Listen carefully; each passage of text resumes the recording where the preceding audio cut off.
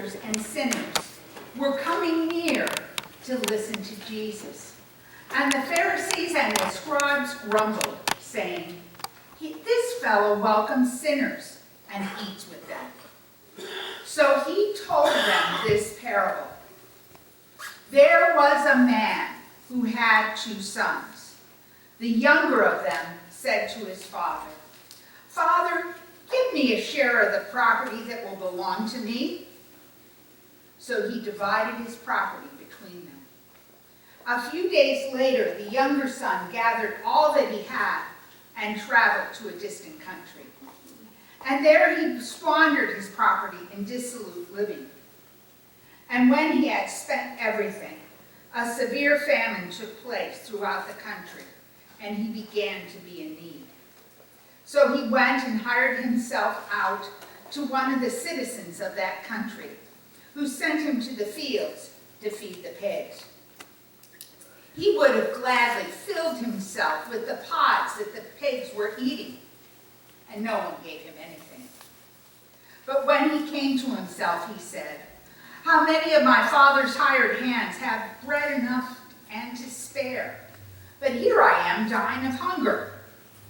I will get up and go to my father, and I will say to him, 'Father, I have sinned against heaven and before you.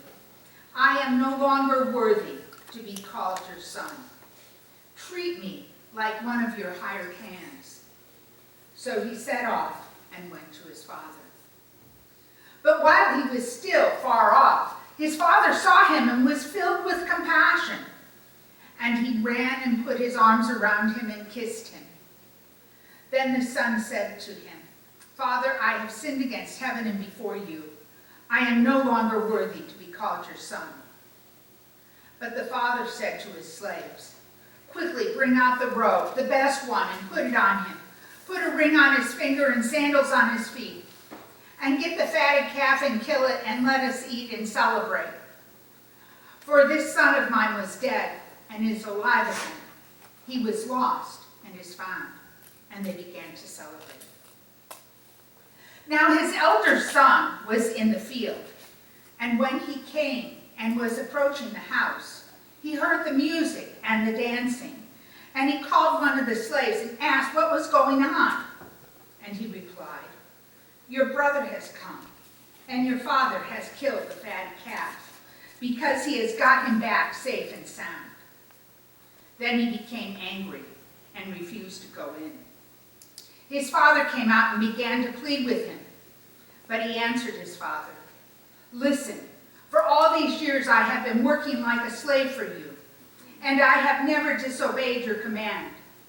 Yet you have never given me even a young goat, so that I might celebrate with my friends.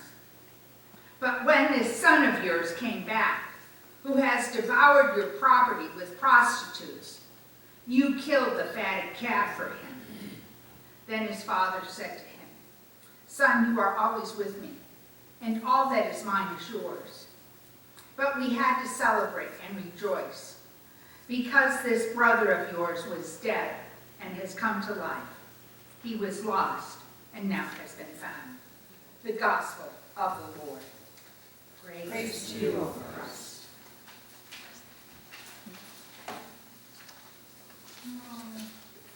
Well, Ruth isn't here, so I don't have to put on my toy, which isn't working. That's the mouthpiece.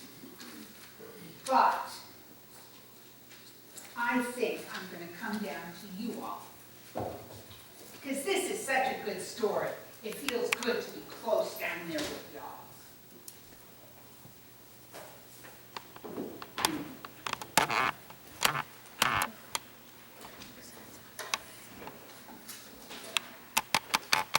Now, you might have a lot of ideas about what you think this story that Jesus told is about. You might think, how hard it is for brothers to get along with each other. Blake, is it hard for brothers to get along? Yeah, okay, I thought so. Or you might think the story is about how we can learn from our mistakes and how we can seek forgiveness. Well, the story isn't about that either. You might think the story is about how resentments build up inside of us to the point that we become hard and unforgiving. It's not about that either. This is a story that Jesus told in response to the Pharisees and Sadducees saying to him, how can he eat with tax collectors and sinners? It's about how hard it is for us to believe in and relate to a God who is not conformed to our image and likeness. In fact, the whole point of this story is summed up in that event that led to Jesus telling this story in the very first place. The Pharisees and scribes were grumbling, saying, this fellow welcomes sinners and eats with them. And so we have to read the story of the prodigal son from the point of view of the father who does not do what we want or expect a father to do. So think about it. When we hear the request of the younger son, Father, give me a share of the property that will belong to me. If I had said that to my father, he would have slapped me. He was not known to be politically correct, let me put it that way. But I'm sure he would have slapped me.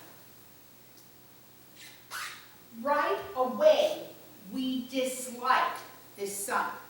How dare he say that to his father? I don't want to wait till you're dead, old man. Give me my inheritance now. And then what happens? The father does it. We're left wondering why. Why would the father do that?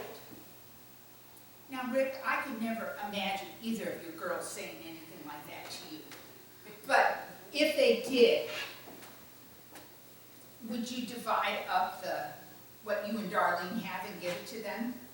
Say, like right now? Probably not. I know they would never ask. Lindsay, what would you think your father would say to you? No. No. You're keeping it clean. Right? We're like, how dare this kid? And the father, how dare you do this?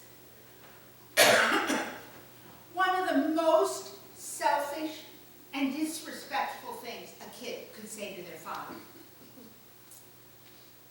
Think about how much economic havoc a request like that would be. Now, back when we were in Nebraska, sometimes the son would come into the farming operation and the family might put the son's name on the operation. They got divorced. The divorcing wife would get a quarter of the farm. And oftentimes that created such havoc that the farm would have to be sold. And the family had nothing. Or, they'd have, their livelihood was then gone. I know one family where they had to move to a different town. They didn't farm anymore, they retired, and the son wound up not farming, he had to drive truck. I mean, those things would cause economic havoc. And we don't think about this situation because we don't live it. But economic havoc. Now,